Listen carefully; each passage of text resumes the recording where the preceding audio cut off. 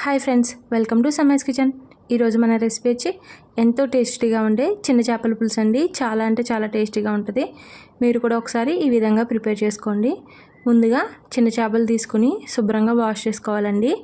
పొలుసు అవేమీ లేకుండా నీట్గా వాష్ చేసుకుని పసుపు ఉప్పుతో కడుక్కుని పక్కన పెట్టుకోవాలండి. ఇప్పుడు దాంట్లో కొంచెం ఉప్పు, అలానే కొంచెం కారం, కొంచెం పసుపు యాడ్ చేసుకుని చూడండి. అలానే కొంచెం ధనియా పౌడర్, 1/2 టేబుల్ స్పూన్ ధనియాల పౌడర్, అలానే జీరా పౌడర్ కూడా యాడ్ చేసుకోవాలండి. చూడండి ఈ విధంగా. అలానే కొంచెం గరం మసాలా యాడ్ చేసుకుని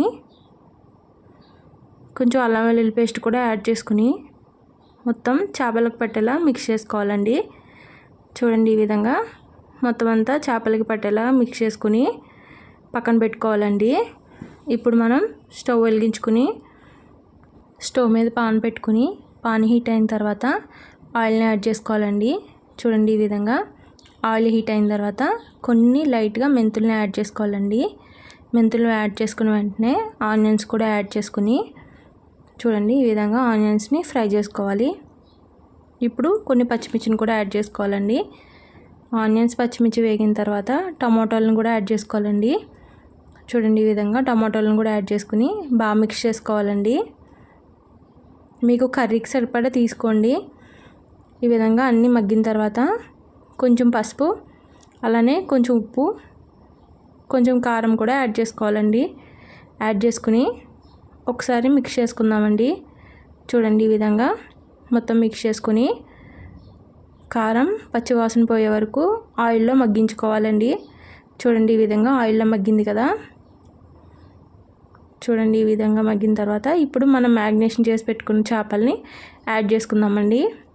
మొత్తం అన్ని చేపల్ని యాడ్ చేసుకొని చూడండి ఈ విధంగా యాడ్ చేసేసుకోవాలి. యాడ్ చేసుకుని చిన్నగా ఒకసారి మెల్లిగా మిక్స్ చేసుకోవాలండి. ఆ గ్రేవీ అంతా చేపలకి పట్టేలా మెల్లిగా మిక్స్ చేసుకుని చూడండి ఈ విధంగా మిక్స్ చేసుకొని మూత పెట్టేసుకుందామండి. మూత పెట్టుకుని ఒక 2 మినిట్స్ తర్వాత మూత తీసేద్దామండి.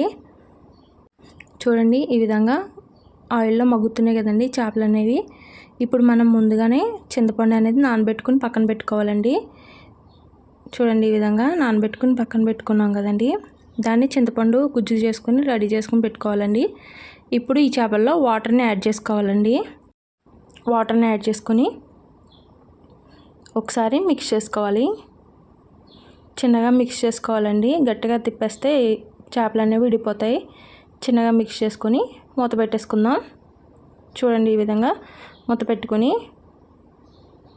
ఇలా వాటర్ అనేవి మరుగుతాయండి. మొత్తం ఈ విధంగా మరిగిన తర్వాత ఇప్పుడు మనం దీన్ని ఒక్కసారి మిక్స్ చేసుకుని చింతపండు పులుసు అనేది యాడ్ చేసుకుందామండి. మీరు పులుసు ఎక్కువ తింటే పులుసుని ఎక్కువ యాడ్ చేసుకోండి. తక్కువ తినే వాళ్ళైతే తక్కువ యాడ్ చేసుకోండి. చూడండి ఈ విధంగా యాడ్ చేసుకుని పులుసు కూడా బాగా మరగాలండి. ఈ విధంగా మరిగిన తర్వాత ఇప్పుడు లాస్ట్లో మనం కొంచెం కొత్తిమీర యాడ్ చేసుకుందామండి. అలానే కరివేపాకును కూడా యాడ్ చేసుకుని ఒక 2 మినిట్స్ స్టవ్ మీద ఉంచుకొని స్టవ్ ఆఫ్ చేసుకోవాలండి. అంతే అండి, వేడి వేడి చేపల పులుసు రెడీ అయిపోయిందండి. మీరు కూడా ట్రై చేసి ఎలా ఉందంటే కామెంట్ సెక్షన్లో చేయండి.